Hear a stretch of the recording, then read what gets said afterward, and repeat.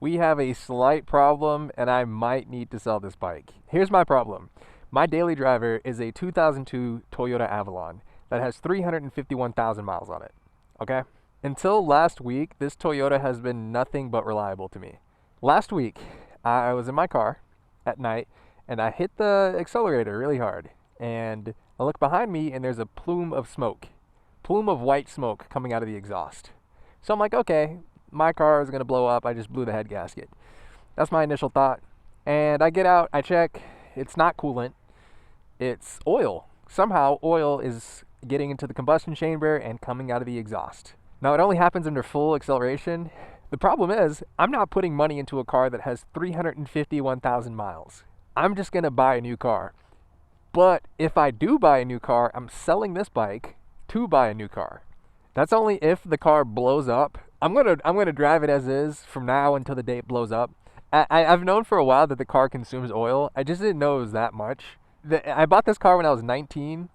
Again, it has 351,000 miles on it.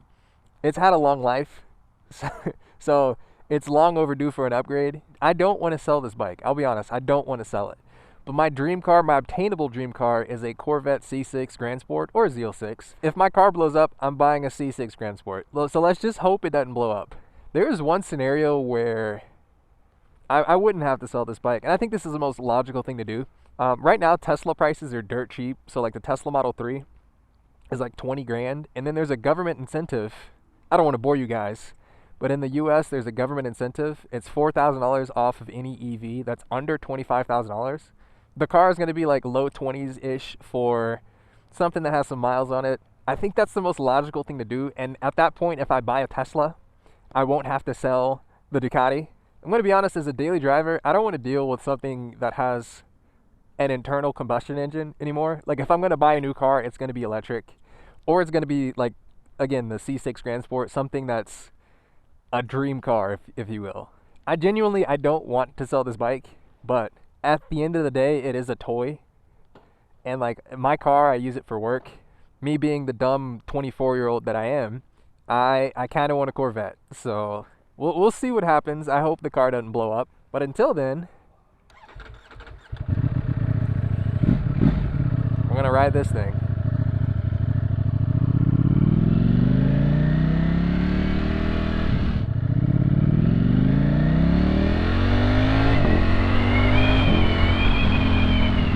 Man, I need an exhaust for this bike so bad.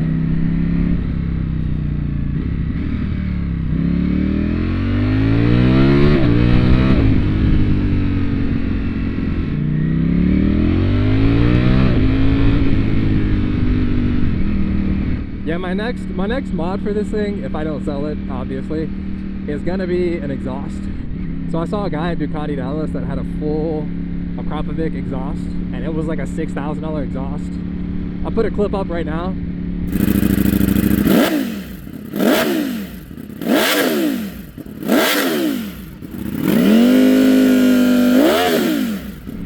That thing sounded insane in person. And I'm not gonna go for, you know, a $6,000 exhaust, but I'm gonna get something cheaper, some slip-on. I think as is, this is one of the loudest stock motorcycles that I've ever heard.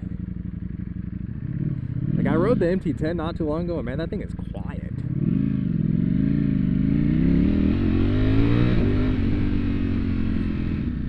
But yeah, let me know what you guys think. Is that a dumb decision? Is that a dumb, like, is this just my 24-year-old mind telling me I need a Corvette when I really don't? Let me know what you guys think. Obviously I don't think I need the car, but I think it'd be cool to have, man.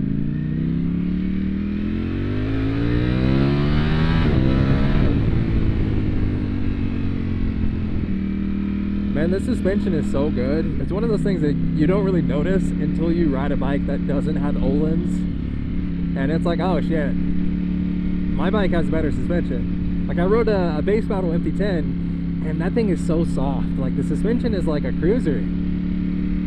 But you get on this thing and it's like, it's so like, you can feel every bump in the road. It handles so well, man.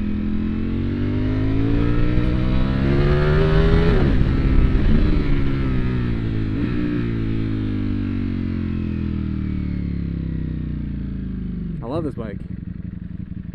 I'm gonna try my best to not, you know, sell it. We'll see. We'll see. I don't know. No promises.